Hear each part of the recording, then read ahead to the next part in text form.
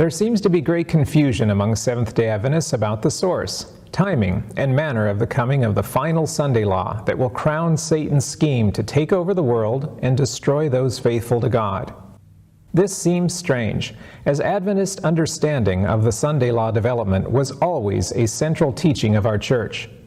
But now there are many contradictory claims being made, especially on social media.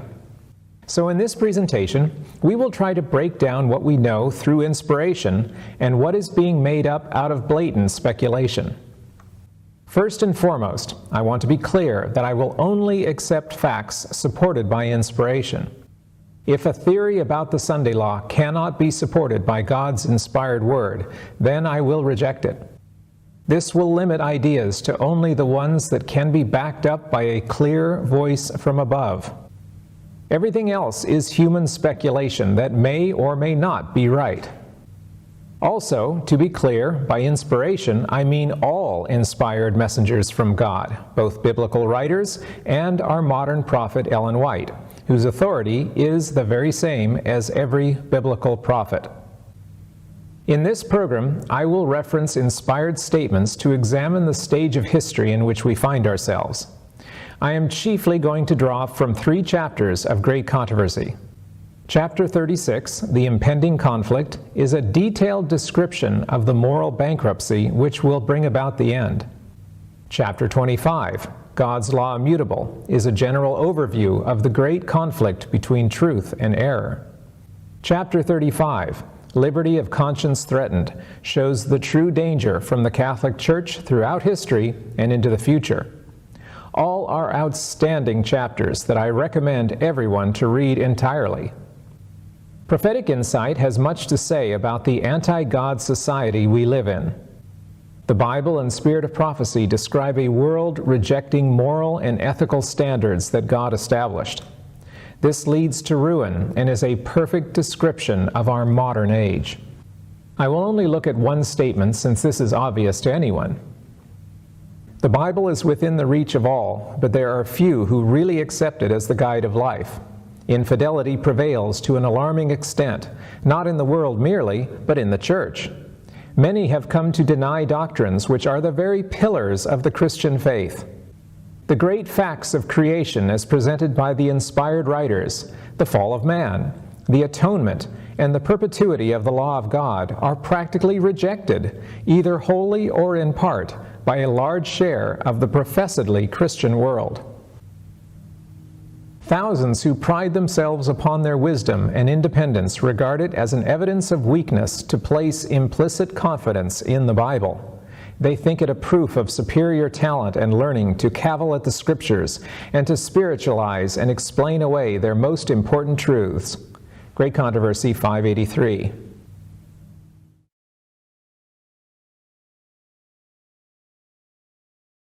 Earth's final events involve several major players setting everything in motion. Ellen White describes several distinct groups. In contrast to those who keep the commandments of God and have the faith of Jesus, the third angel points to another class, against whose errors a solemn and fearful warning is uttered. If any man worship the beast and his image, and receive his mark in his forehead or in his hand, the same shall drink of the wine of the wrath of God. Revelation 14, verses 9 and 10. A correct interpretation of the symbols employed is necessary to an understanding of this message. What is represented by the beast, the image, the mark? Great Controversy 438. She later says that while the dragon primarily represents Satan, it is in a secondary sense a symbol of pagan Rome. In Revelation chapter 13 is described another beast, like unto a leopard, to which the dragon gave his power and his seat and great authority. This symbol, as most Protestants have believed, represents the papacy. At this point, another symbol is introduced. I beheld another beast coming up out of the earth, and he had 2 horns like a lamb. Verse 11. One nation and only one meets the specifications of this prophecy. It points unmistakably to the United States of America, and he had 2 horns like a lamb. The lamb-like horns indicate youth, innocence, and gentleness, fitly representing the character of the United States when presented to the prophet as coming up in 1798. Republicanism and Protestantism became the fundamental principles of the nation. These principles are the secret of its power and prosperity. Great Controversy, pages 438 to 441. Next, Ellen White describes how America will fail.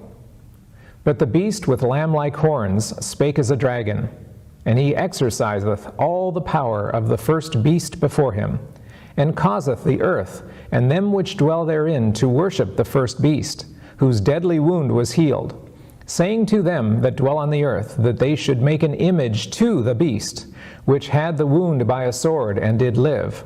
Revelation 13, verses 11 to 14.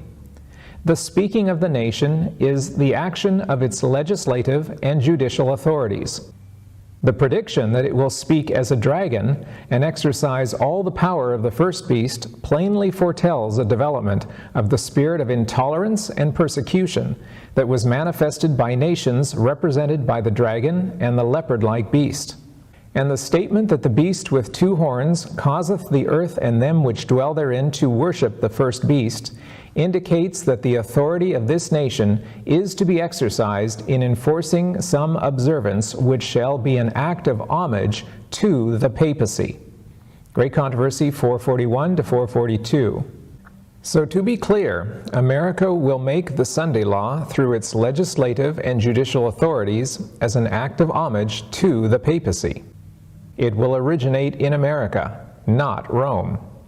Rome has been urging Sunday sacredness for centuries. That is nothing new. What is new is that the United States will finally get on board and enact a law that manifests the spirit of intolerance and persecution of both pagan and papal Rome. This is what America's future holds, according to prophecy. There will be several stages involved. The National Sunday Law is one of the last steps, since laws prohibiting work on Sunday will precede it. I am using the term National Sunday Law to refer to the entire set of steps involved, to simplify this presentation. Others have made a step-by-step analysis of this process that I don't intend to repeat. Again, my focus here is identifying who will bring these laws about, not a meticulous account of the laws themselves.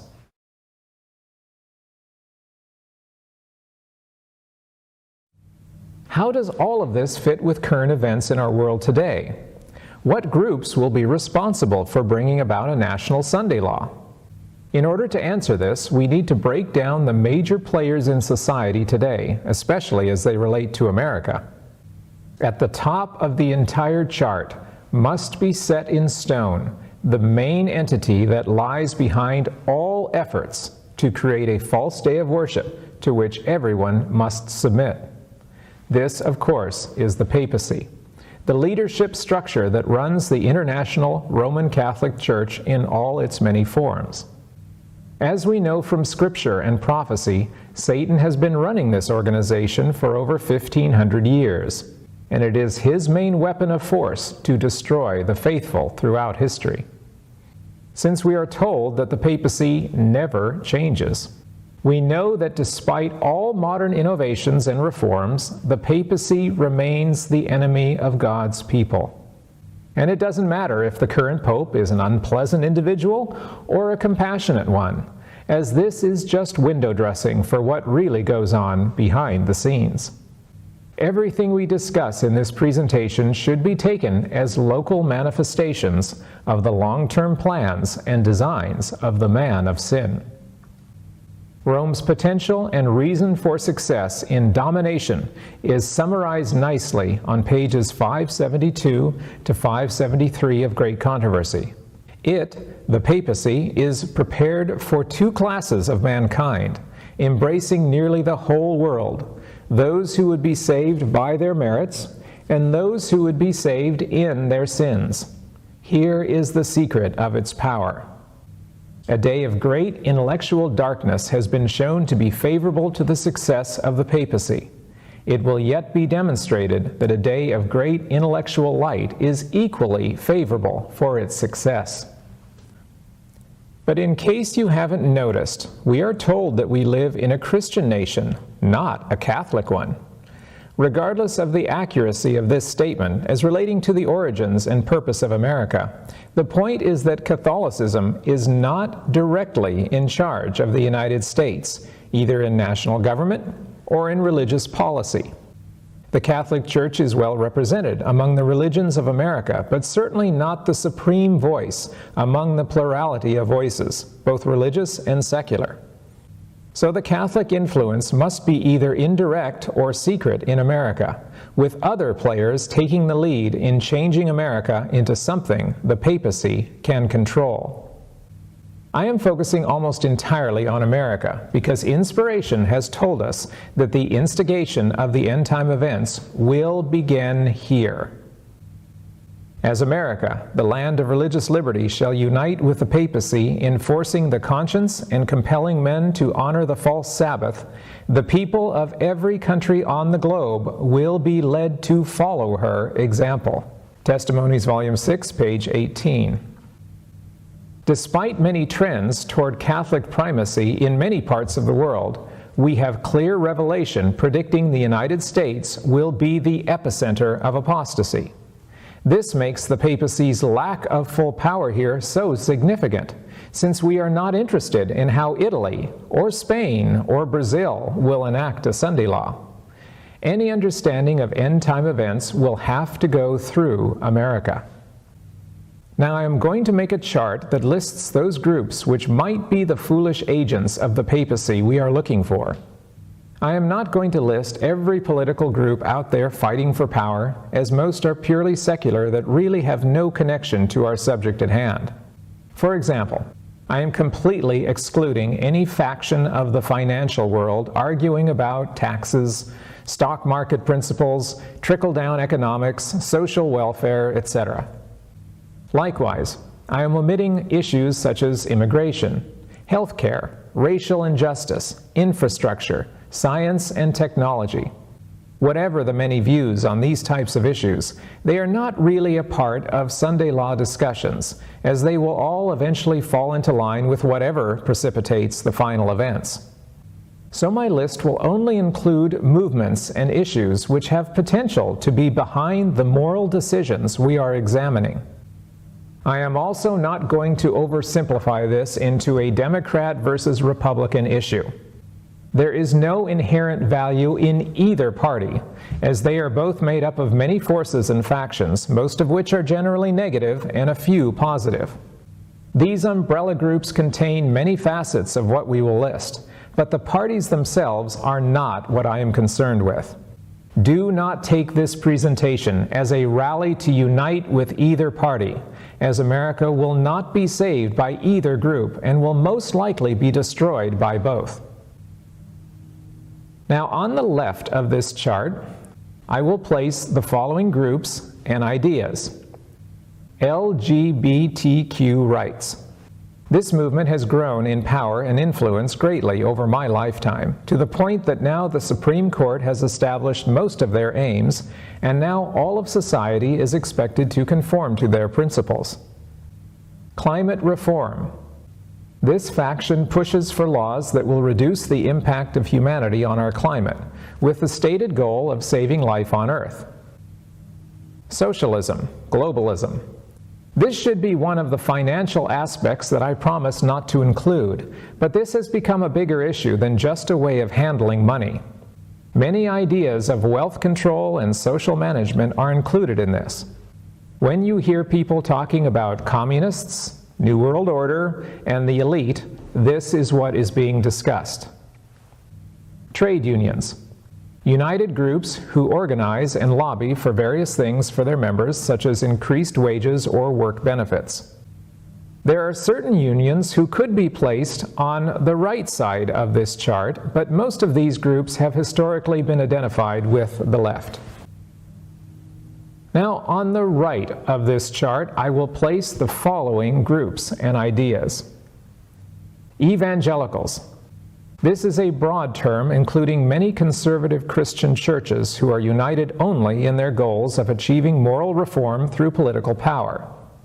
Not all evangelical churches are involved in politics, but most churches involved in politics are evangelical. Notice that there is no unified group of liberal churches on the left side of this chart. This is not because there are no liberal political churches, but because those churches are not unified as a power player like the evangelical churches are. Evangelicals rose to power in the 1970s and have become one of the most powerful blocs in the U.S. Christian dominionism, a concept held by many evangelicals which could be merged with the category above, but not all evangelicals believe it. This teaching holds that Christianity must eventually rule not only America, but the entire world, with moral biblical law above all secular law. Formerly, this idea was laughed to scorn in free America, but now its proponents are in key positions of our government, including the Supreme Court, and should not be taken lightly. Climate denial. This industry-led faction pretends climate change doesn't exist and works to prevent any reforms to laws and society that prevent climate pollution. Now we have a basic framework to identify the origin of Sunday laws. Everything to the left of this chart falls under the general term liberal, while everything on the right of this particular chart falls on the general term conservative. Many people on each side hold several of these positions, so I am not trying to split these all into isolated positions. But by and large, these two sides are completely opposed to each other. In fact, those on the left generally despise those on the right and vice versa. These comprise many aspects of our culture wars that agitate society. Now please note that I am not making any arguments here about the truth or falsehood of these various positions or groups. I have plenty to say about many of these topics elsewhere and have no need to repeat that here. The only question I am targeting here is which group or groups will cause the national Sunday law to be passed in America. I have limited the options to those groups that are prominently mentioned by Adventist speakers as those who will bring about the end times. Many accusations are made against one or more of these groups, but do these claims have the support of inspiration? If not, what is the true source of these claims?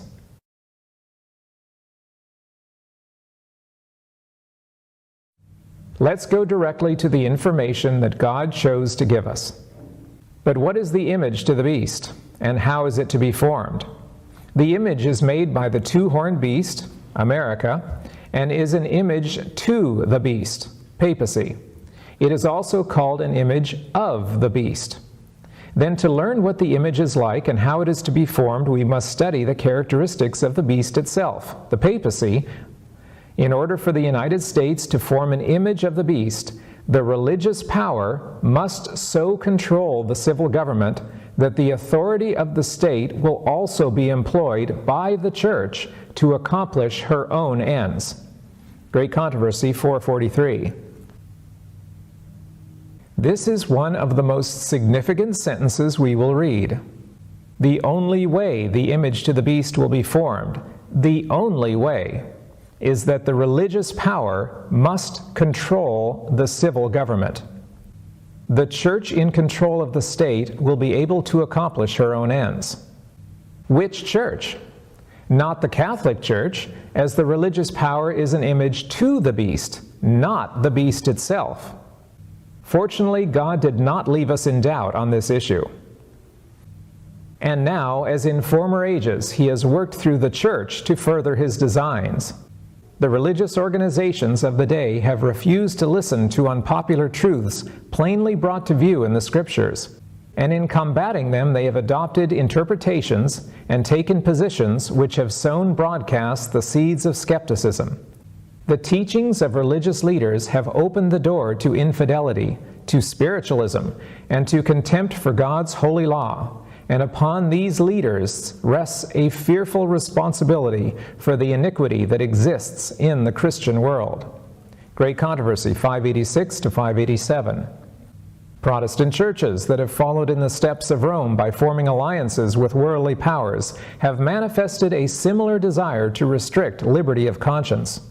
The wide diversity of belief in the Protestant churches is regarded by many as decisive proof that no effort to secure a forced uniformity can ever be made. But there has been for years in churches of the Protestant faith a strong and growing sentiment in favor of a union based upon common points of doctrine. To secure such a union, the discussion of subjects upon which all were not agreed, however important they might be from a Bible standpoint, must necessarily be waived. Charles Beecher, in a sermon in the year 1846, declared that the ministry of the evangelical Protestant denominations is not only formed all the way up under a tremendous pressure of merely human fear, but they live and move and breathe in a state of things radically corrupt, and appealing every hour to every baser element of their nature to hush up the truth and bow the knee to the power of apostasy.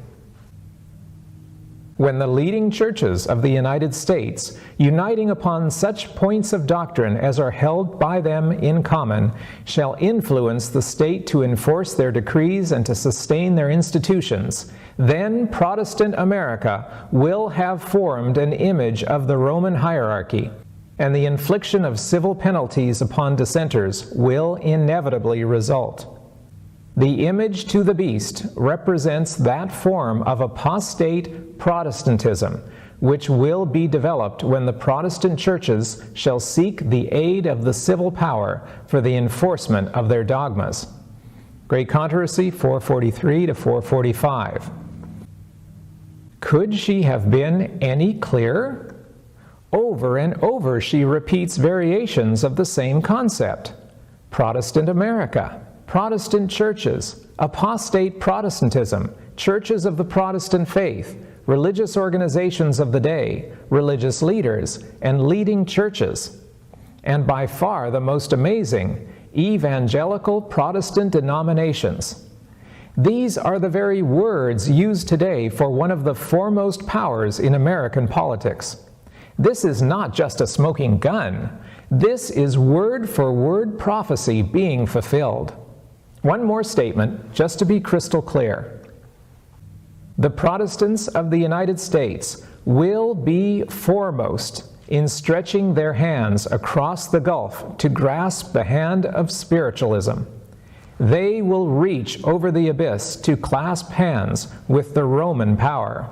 And under the influence of this threefold union, this country will follow in the steps of Rome in trampling on the rights of conscience. Great Controversy, page 588. Note that Protestants initiate both the union with spiritualism and the union with Rome. They are not dragged along by the Catholic Church or tricked by spiritualism. The Pope will not stop over to America and demand a Sunday law. Endless speculation on what the Pope is doing next is not only a waste of time, but it is a dangerous misdirection of our attention. The Protestant faction leads the way. They are the guilty party that lights the fuse of destruction. There is something that needs to be made very clear. When discussing evangelicals as a group, I do not intend to condemn individual members of the various churches involved. Many evangelicals are lovely people that believe strongly in what is right. Many of these will join with the remnant during the final events as the issues are made clearer. Just as we do not denounce individuals in the Catholic Church when we identify the beast of Revelation, so we do not denounce individuals in the evangelical movement when we identify the power that will set up the image to the beast. So our analysis should be over. We have looked at what divine inspiration tells us, and it has identified the agency that Rome will use in America to destroy our freedoms and create the Sunday law. The apostate, evangelical, Protestant denominations of America will be the direct cause of instituting the Sunday law and the persecution that goes along with it.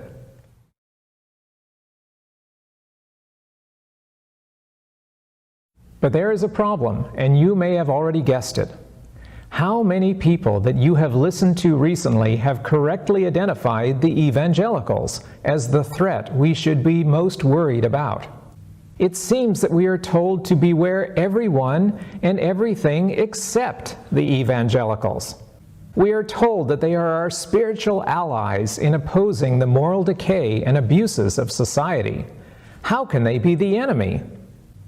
Something very strange happened in Adventism in the 1950s. The leadership of the SDA Church began to meet with leaders of various evangelical denominations and discuss doctrines and ideas with them. We claimed we were witnessing to them, but we ended up changing more than they did. In fact, some of our distinctive concepts began to be weakened and eventually removed in an effort to secure evangelical approval and acceptance. This has been well documented by numerous historians and theologians for the last 70 years. It is not too great a stretch to say that most of the turmoil in Adventism we experience today is a direct result of this erasing of our distinctive messages to appease other denominations. This has led to unexpected consequences. Not only have core doctrinal teachings been lost or corrupted, but we have also begun to copy evangelical ideas when it comes to politics and national agendas. Evangelicals developed into a political force in the 1970s and opposed many of the same things that Adventists oppose. Since we were beginning to copy theological concepts from them, why not join them in their crusade to reform America? This has been especially true in the last 20 years or so. Now SDAs are constantly parroting evangelical talking points when it comes to political candidates and issues, even when the issues involved have nothing to do with biblical truths. This could be seen as foolish but innocuous. So what if we spout evangelical ideas about U.S. involvement in Iran or immigration policy? It doesn't hurt anything, right? Wrong. Satan is counting on us being indifferent in this area because he is using this as a way of conditioning our minds to accept misdirection. In what way is Satan using our evangelical alliance to lead us astray? There are two ways I will address specifically. Number one, by listening to the evangelicals, we automatically do not see them as the prophetic agents of America's destruction as established by inspiration. Since they are not the bad guys, we are left looking for someone else to fit that role. Number two, the evangelicals are more than happy to tell us who the bad guys really are. Their enemies become our enemies, and we focus on a threat that is not real. We rail against the menace posed by so-and-so, and Satan is able to operate in plain sight unopposed. It is like getting out a fire extinguisher during a monsoon, or like putting on sunscreen at night.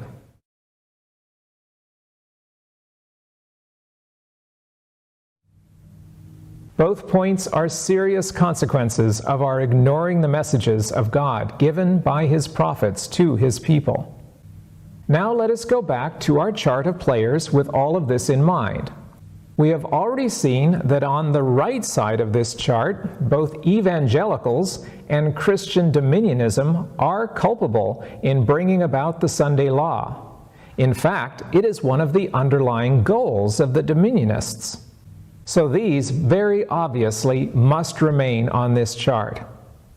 Climate denial originates mostly from industry trying to avoid anything that hurts its profitability. They have no possible motive for an enforced day of rest, as that would hurt profits too. So we can scratch industry off the list. Now on the left side, we are left with a bit of a paradox. All of these are basically concepts originating from secular worldviews. That is certainly what the evangelicals claim. We are told that these are all godless infidels working to undermine the Christian nation God established. If that is true, then why would any of them want to pass Sunday legislation enforcing a national day of rest? Isn't it their goal to abolish all religion and replace it with atheism? Let's try to look at each group impartially to see if they have an agenda leading to a Sunday law. Would the LGBTQ rights movement be benefited by Sunday legislation? Not really. But many aspects of the gay rights agenda do come into conflict with religious liberty. Many prominent court cases turn on which right has priority.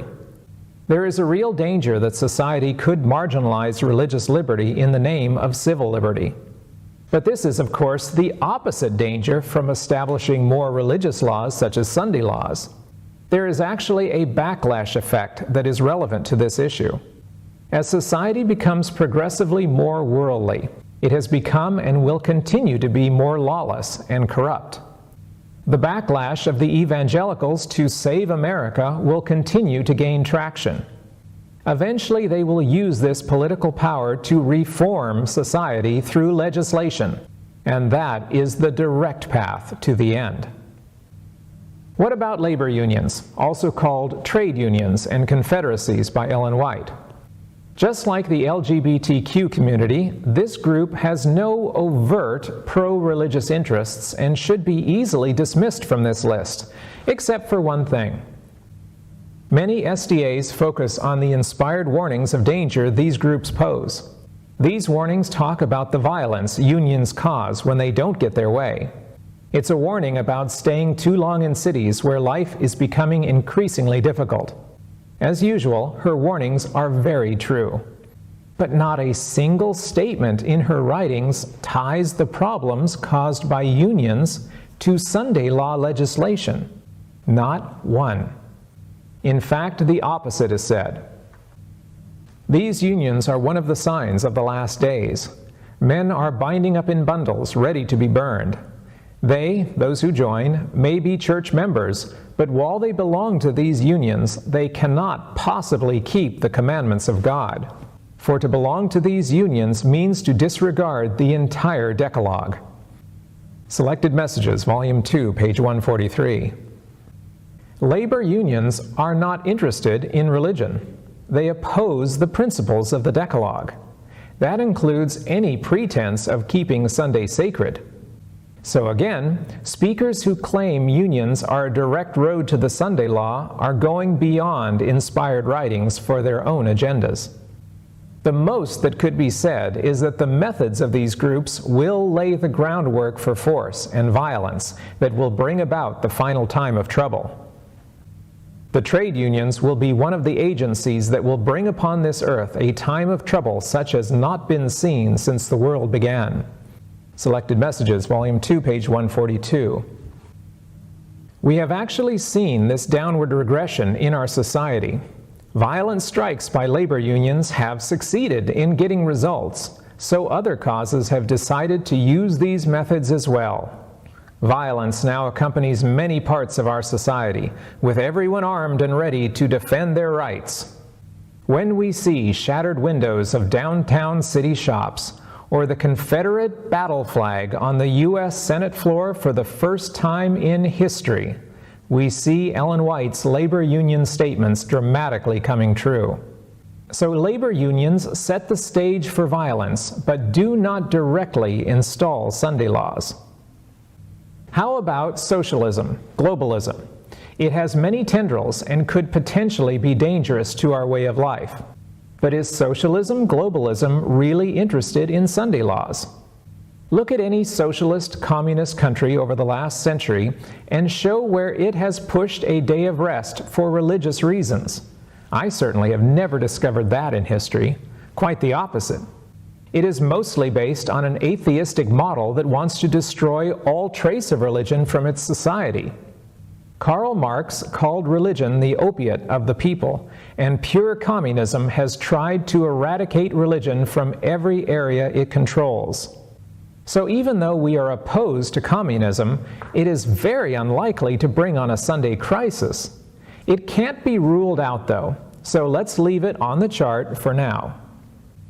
That leaves climate reform, and I have saved it for last precisely because it is the main target these days as the vehicle which will bring on the end times. It is growing in influence and power, especially because of the change in administration taking place in 2021. Is this the Trojan horse that will burst open to destroy us all? Climate change activists are complex and multifaceted. There are people from all religions who support this cause. It is not actually a New Age or atheistic movement. But the leadership is said to be totally non-religious, and that may well be true. But that is not really the point. The movement's goals are stated to be the restoration of Earth's ecosystems to preserve its ability to sustain life. Its enemies accuse it of wanting to destroy our economy, destroy our way of life, or just destroy us altogether. Again, I am not looking to solve this dispute here. I have written a lot on this subject elsewhere, especially my article, Many Tekel, so I will not repeat that here. The real question is, would the climate reform movement want a Sunday law? Yes and no. Many environmentalists have proposed a day of non-activity as a way of reducing energy consumption, but they don't really care what day it would be. Tuesday is just as good as Sunday. If they could get a movement together of religious groups on board with Sunday, they would be more than happy to make that deal. But not because they believe in Sunday's sacredness. The Pope recently came out in support of climate reform, so now everyone assumes the climate reform movement is just a tool of the papacy. Again, I am not trying to solve this controversy here. If the climate reform movement is sincere in its stated goals, then they have no reason to care about Sunday laws. If the movement is a sinister front for the Roman Catholic agenda, then all of their attempts to save the planet are just a front to hide their true agenda. So I will not rule out the latter possibility from an objective point of view. So two possible options, climate reform and socialism, remain on the left as players that could cause the Sunday crisis. Are any of our 4 remaining candidates on both sides capable of bringing about a Sunday crisis? Absolutely. Any of them could. So how do we know for sure? How do we choose? The answer is inspiration. God would certainly warn us where to look for this great danger. To date, I have yet to read a single statement from the Bible or Ellen White that tells us that either climate reform or socialism is Satan's agent of end-time destruction. I have yet to hear a single Adventist speaker that has found an inspired statement either. Instead, there are lots of sensational attacks with non-specific statements of prophecy to supposedly back up their claims. Compare that to the mountain of statements that I quoted earlier that points to the evangelicals and apostate Protestants. There is no comparison of evidence, massive versus nil. I must follow the inspired evidence, and that evidence points to the evangelicals and the Christian dominionists. I therefore reject the claims that either climate reform by itself or socialism is the current enemy. Later, at the very end of the process, when a one-world government unites under Rome's leadership, I am sure that they will both play a part of the final destruction of all liberty. They will probably be part of the end game. But inspiration tells us that they will not initiate the process. And that is what matters to us now.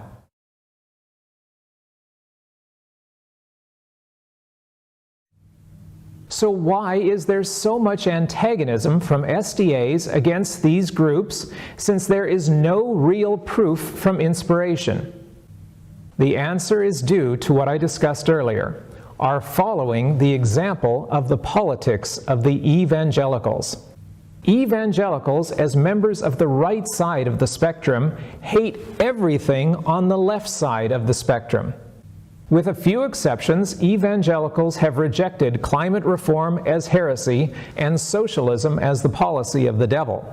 They endlessly rail against these as some of their main enemies. So SDAs, as part of our susceptibility to the evangelical worldview, have mimicked their antagonisms and prejudices. The only original idea SDAs have added to these concepts is the Sunday law issue itself, since evangelicals never bring this topic up, except to promote it. Let us make no mistake. Evangelicals in general hate Adventism. They always have. They have called us a cult. They have disparaged us as non-Christian, and a prominent one said specifically, "I curse the seventh-day Sabbath." They have said less against us recently as we have become increasingly subservient to them. But they are not our friends. So why do we try to be their friends? Every time I hear an Adventist attack on socialism or climate reform, I hear Pat Robertson's or James Dobson's voice echoing in the background. Remember what Ellen White said about apostate Protestantism. The line of distinction between professed Christians and the ungodly is now hardly distinguishable. Church members love what the world loves and are ready to join with them, and Satan determines to unite them in one body and thus strengthen his cause by sweeping all into the ranks of spiritualism. Papists who boast of miracles as a certain sign of the true church will be readily deceived by this wonder-working power, and Protestants, having cast away the shield of truth, will also be deluded. Great Controversy, page 588. When we look at the big picture of who is going to create the image to the beast in America, we find the most remarkable paradox. The ones who are going to do this demonic act of papal imitation, the evangelicals, are the ones crying the loudest about the dangers of the left. This is misdirection and guile. Those who fall for this trap will be shocked when prophecy is fulfilled and the true enemy turns out to be those who handed us false information, pretending to be our ally. An article in Liberty magazine had an illustration that summarized this perfectly. A hideous giant face of a deep-sea anglerfish dangles a glowing white lure like a fishing rod on her forehead. Mesmerized by the shining light, a small yellow fish stares raptly at the lure, totally unaware of the toothy mouth opening up behind him. Once again, I don't have to make this claim by guesswork. Inspiration has already spelled this out conclusively. As the Protestant churches reject the clear, scriptural arguments in defense of God's law, they will long to silence those whose faith they cannot overthrow by the Bible. Though they blind their own eyes to the fact, they are now adopting a course which will lead to the persecution of those who conscientiously refuse to do what the rest of the Christian world are doing, and acknowledge the claims of the papal Sabbath. Great Controversy, page 592.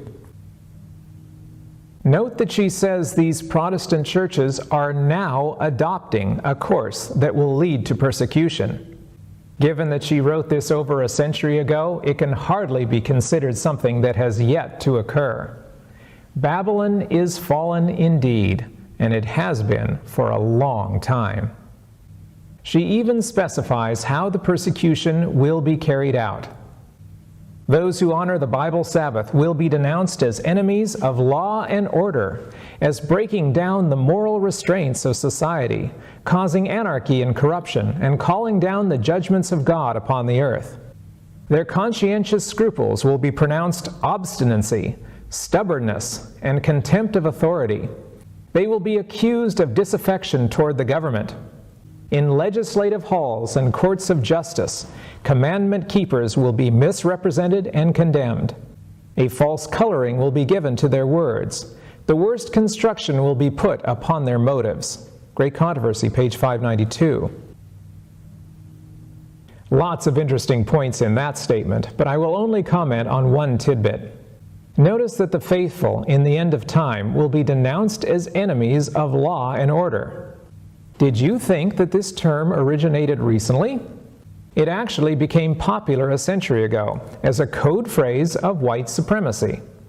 Basically, those who supported Jim Crow laws in the South were defenders of law and order. Since then, petty dictators around the world, and those not so petty, have often used this phrase to target enemies and rally support. Isn't it interesting that this dog whistle phrase will be turned on Sabbath worshipers by a corrupt leadership of America speaking as a dragon? Those Adventists who support the ideology that goes with this term now will be quite dismayed when it is turned back upon them later.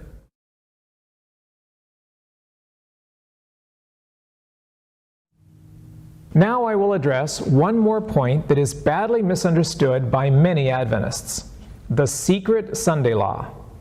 I hear numerous versions of this particular prediction from various groups of SDAs. Few versions agree, as everyone has a different guess of how it will play out. Major concepts include the Pope working behind the scenes of gullible American leadership, or an evil president just scheming on his own, or senators plotting in dark back rooms of Washington, D.C. Each version ends with a national Sunday law bursting upon an unsuspecting American populace, and all of us being forced to submit or face imprisonment and death. Now, given the corrupt state of American politics, I could easily see any of these scenarios taking place. Except for one thing. Inspiration did not say it would happen that way.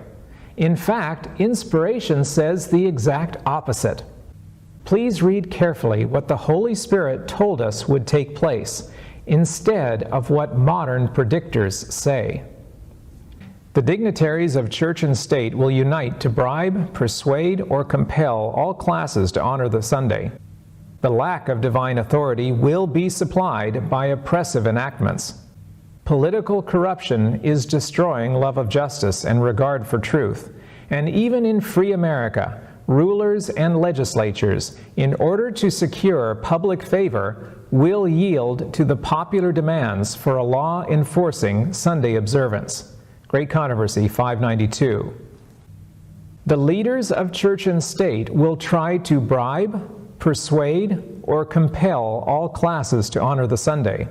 This involves public effort, not secret enactments. They verbally try to get all classes to agree with them. This involves politics, not conspiracies. If bribery works, great. If persuasion works, great. But for those who aren't convinced, force will be needed. The lack of divine authority will be supplied by oppressive enactments. How will those come into being? Secret laws put into place without proper legal procedures. Rulers and legislatures, in order to secure public favor, will yield to the popular demand for a law enforcing Sunday observance. The popular demand? How can it be a secret if it is demanded by the public? This is one of the most crucial understandings we were given of the final events. The law enforcing Sunday observance will not come from the top leadership down to the helpless, naive public. Instead, a popular demand will give rulers and legislatures the political capital of public favor they need to enact a Sunday law. Obviously, the public won't think to do this on their own. They will be provided with appropriate demands from the evangelicals and Catholics among them, who proclaim this is the only thing that will save all of us from destruction. Ellen White refers to an unlooked-for calamity that takes us unawares, something that brings the soul face to face with death. Christ Object Lessons 4:12. This will have to be a crisis that actually qualifies as an extinction-level event. What that might be is yet to be seen. If we could predict it, it wouldn't be unlooked for, would it? That eliminates climate change as the potential calamity, since it is anything but unlooked for. But whatever it may be, this will be the only thing that will ever unite all the factions in America. No matter what happens these days, at least half the population is opposed to it. Something terrible is still coming that will get everyone on the same page. Worship on Sunday, or we are all going to die. Since there is no point in speculating beyond inspiration, I will leave it at that. The key point is that the Sunday law is incapable of being kept secret. It is impossible to mesh any form of a secret American Sunday law with God's Word. Every time you hear any Adventist speaker talk about any form of a secret Sunday law, you automatically should know that the speaker has neglected to consider clear statements from Ellen White. In fact, there have been many who have already predicted that the Sunday law would be enacted. A high-profile prediction targeted spring of 2019. Unfortunately for them, those dates have already come and gone with no sign of their foolish predictions coming true. Unfounded claims like this accomplish two negative things. They destroy the credibility of these false prophets, and rightly so. But they also damage Adventist witnessing to those who we are trying to reach with the three angels' messages. When public predictions are made that prominently fail, the public will tend to ignore everything else we have to say. Why listen to crackpots making wild claims that the end is nigh? This makes Sunday law predictions not only foolish, but dangerous. Truth is being undermined every time we promote or pass on any speaker that deals in these improper forecasts.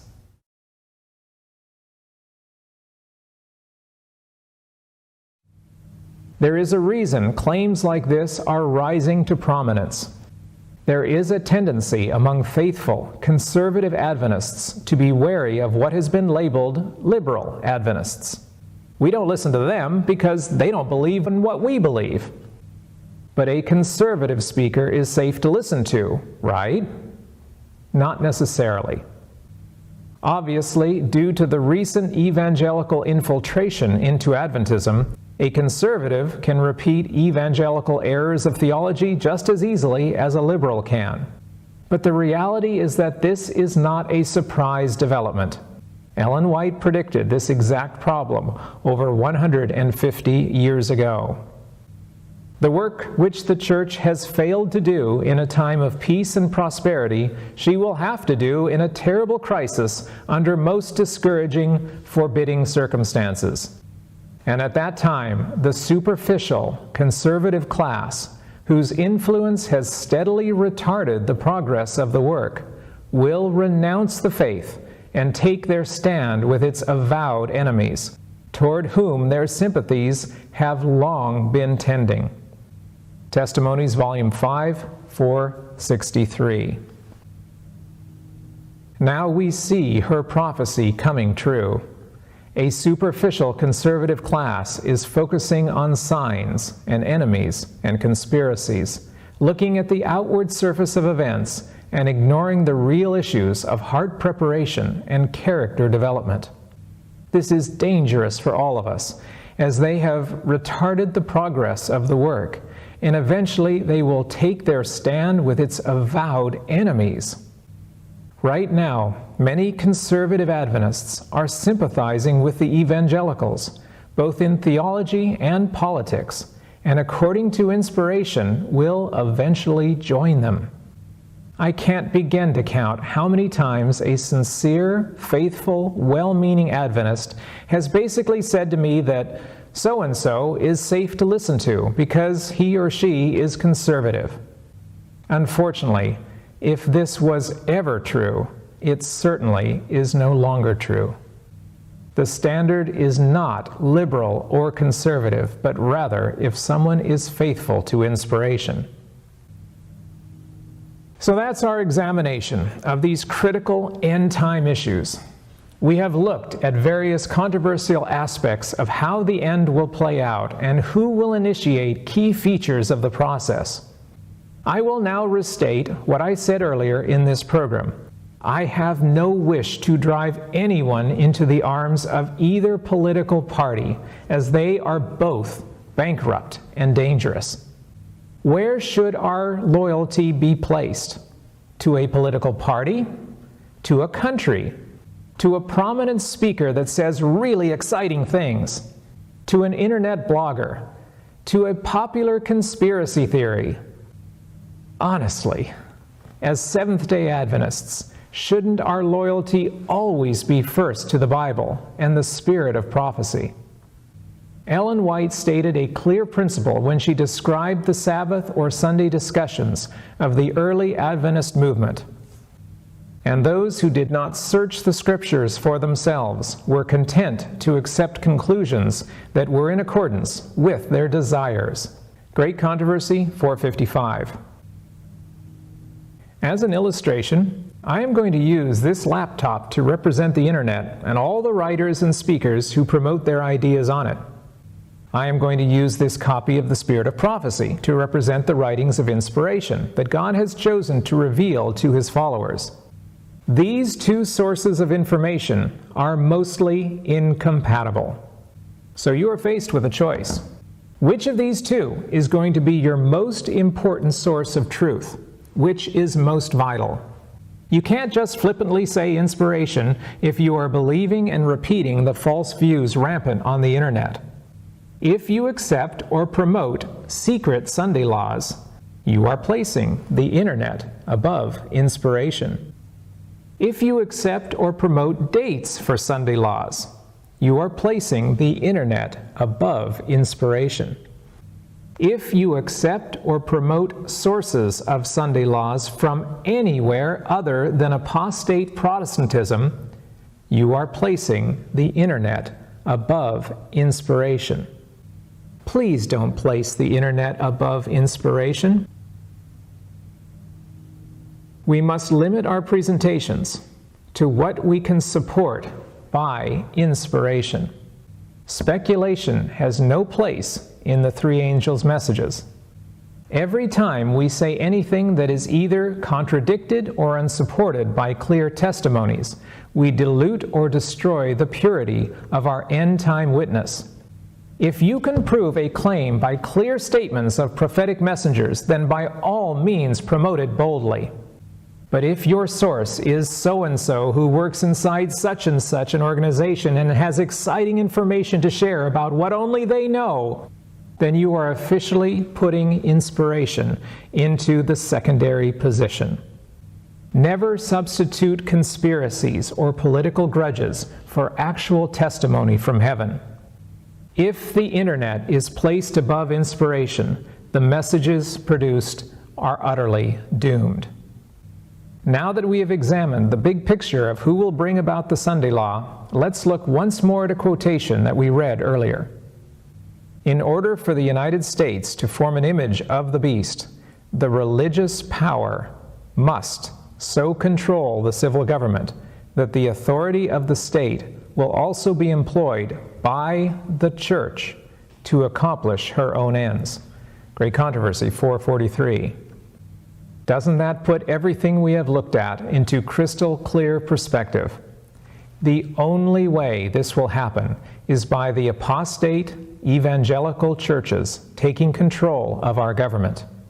We aren't quite there yet, but we have been coming closer. In the end, we have to stand against all efforts to destroy the liberties we hold dear. But our primary duty, heart preparation and character development, must always stay front and center, since that is the true instigator of the earth's final events. Sin in our lives is the reason we are not finished with the final atonement yet, since everything should have finished already. We know that God was ready during Ellen White's ministry, but His people were not. The initiation of final events has never been about how wicked the world is becoming, nor is it caused by Satan or his agents committing evil deeds. Christ is waiting with longing desire for the manifestation of Himself in His church. When the character of Christ shall be perfectly reproduced in his people, then he will come to claim them as his own. Christ Object Lessons 69. Not when Pope Francis or the Jesuits do something. Not when Trump or Biden or any president does something, or the Supreme Court, or Congress, or Bill Gates, or communism, or socialism, or the vaccination police, or the United Nations, or climate change, or terrorists, foreign or domestic, or the next villain around the corner that we don't even know about yet. None of them. Not even the evangelicals. The finger cannot be pointed outward when sin still festers in our own lives, since that is what is delaying the second coming. Holiness requires sacrifice, sacrifice of self on the rock of ages. Then and only then will he have what he is waiting for, and then we can finally go home.